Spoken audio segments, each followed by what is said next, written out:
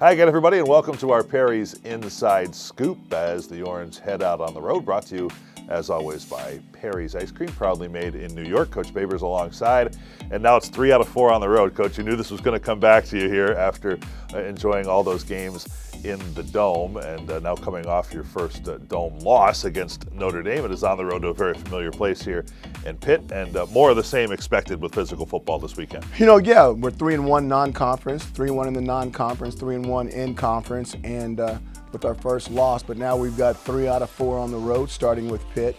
I thought we held serve, which is what we needed to do in the first 2/3 of the season. And now we need to, since we baked the cake, we need to go out and put some icing on it. Yeah, sure, and you can use a lot of different analogies, but there's no question that if I offered to you in August 6-2, that you would take that, right? And so now the real focus comes on how special a season can this be from this point on, and the first game of the rest of the year is this weekend. It starts this weekend, Pitt Panthers, rival game, we understand, and a team that we know very well, and they know us very well. So let's start with that idea of this, the pounding and the running the rock up the middle and that type of deal, and that's how Notre Dame won the game. Number one, how do you feel suited to address that? Because obviously Pitt will take a similar approach. Yeah, we're going to address it. We're going to do the things that we need to do. We're going to try to heal up the people we need to heal up, and then we're going to go do it again.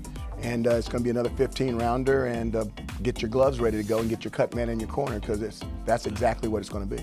How about a quick sense of, I know there's a lot of time between now and Saturday in terms of determining who can actually play, but you're at the stage of the season where you have the bumps and bruises, you have some question marks on starters. Garrett Williams, unfortunately, lost again here, but are your secondary people stepping up, developing, because they've had these months of practice, to feel like maybe someone who wasn't suitable and ready to go in week 3 is now this part of the year? Well, we changed the way we practiced a little bit for this season. I thought that the backups have been playing extremely well up to this point in this situation.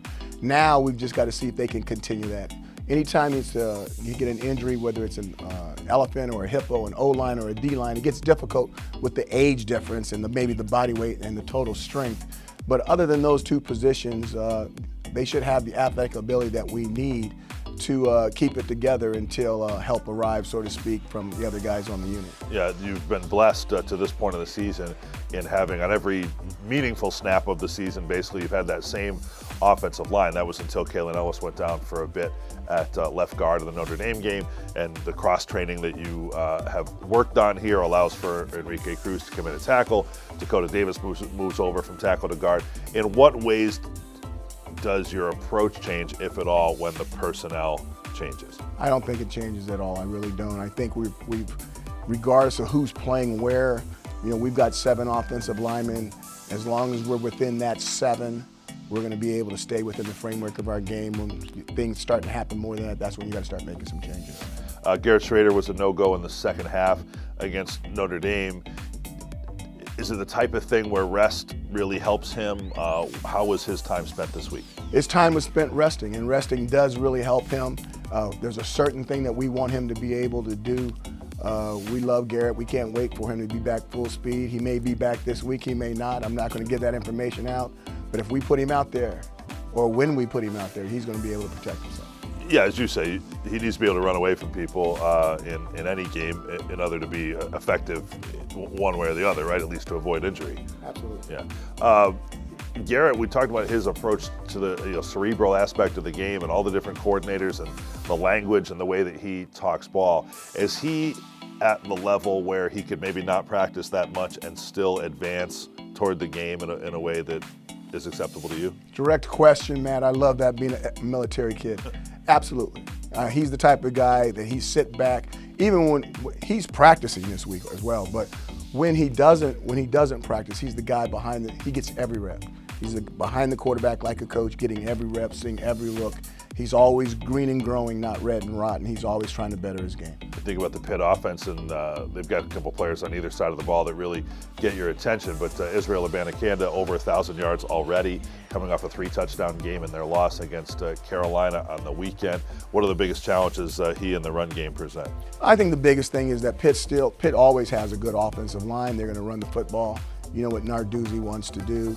The quarterback will come back and try to make some game-breaking plays with some deep balls to keep the safeties out of the run game. We know that's going to happen. What we've got to turn around is we've got to eliminate the deep ball. We've got to find a way to control that running game. I don't know if it's possible. We need to try. And then we've got to match them offensively on the point total. And if woe be unto thee, if we get an opportunity to actually get a lead and get out in front of them, we could really dictate to that game how things could happen.